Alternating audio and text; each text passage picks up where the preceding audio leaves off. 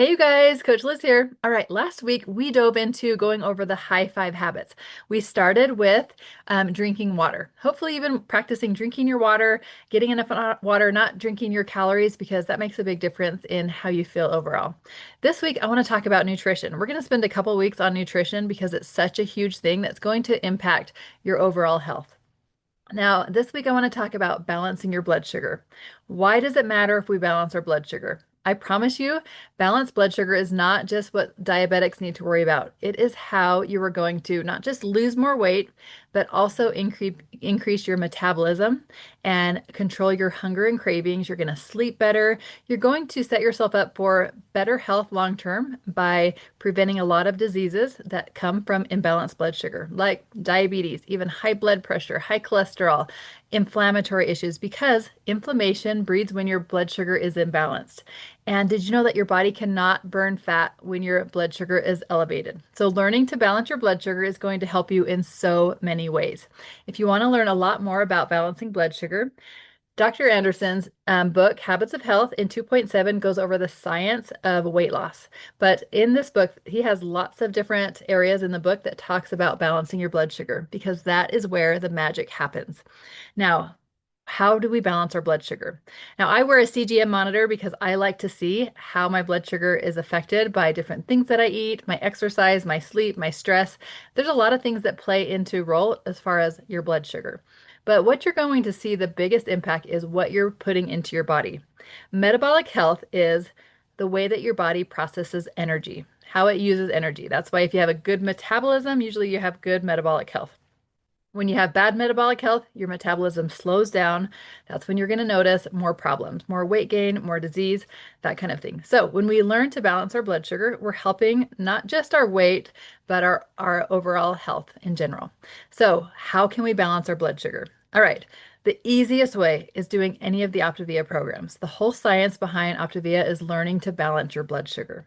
It keeps your inflammation down, it lets your body tap into your body fat for energy, and it helps control hunger and cravings. Because if you go too long without eating, your blood sugar drops and then it sends out hunger signals for fast carbs to get it back up. So you're going to crave the sugar, the white flour, those things that are going to spike it. And so you'll reach for something like that and then it will spike it and your body will start releasing insulin into your bloodstream to store that sugar away to get it back into balance. And where does it store it? Yes, it stores it in your liver, in your muscles, but also in your fat cells. So that is when you gain weight, when your body is storing that extra glycogen into the fat cells. So how can we control that? All right, it's pretty simple. Following one of the Optavia programs does it for you. You learn to balance your blood sugar by eating 6 small balanced meals per day. So if you're doing that, keep going. Pay attention to the things that you're eating on that program, how balanced the fuelings are, but also that lean and green meal. It's designed to teach you how to balance your blood sugar. The things that are going to balance your blood sugar most is protein, healthy vegetables because they are high in fiber, and then healthy fats. Those are the three things that your lean and green meal is made up of because it balances your blood sugar. So, if this is something that you're doing on your own, start adding more of those things in. Start adding lean protein and vegetables, healthy fats. Those are all things that will help you balance your blood sugar. The order in which you eat these also matters. If you eat vegetables first, that will naturally balance your blood sugar because it slows the digestion. If you just eat a carb on an empty stomach, it will spike your blood sugar and your body will release that insulin to start pulling all of those carbs, that glycogen, into your fat cells. So, the order in which you eat it matters. Also, not eating carbs on an empty stomach because that's when the blood sugar spikes. Also, what you do after you eat matters. So, start going for a walk or doing some kind of exercise after your workout will help to balance your blood sugar. That makes a big difference. Also, water. Diluting the sugar in your system helps to balance your blood sugar. Getting enough sleep, managing your stress, those are all things that help to balance your blood sugar. So it's a lot of information, but start with one thing. Maybe it's just eating smaller balanced meals throughout the day and adding protein every time you eat. It's a game changer. Also, learning what foods spike your blood sugar more. Like I mentioned, lean protein and vegetables and healthy fats help the most. But if you're going to eat a fruit or a grain, not eating it on its own, but pairing it with one of those things will help keep the blood sugar more stable.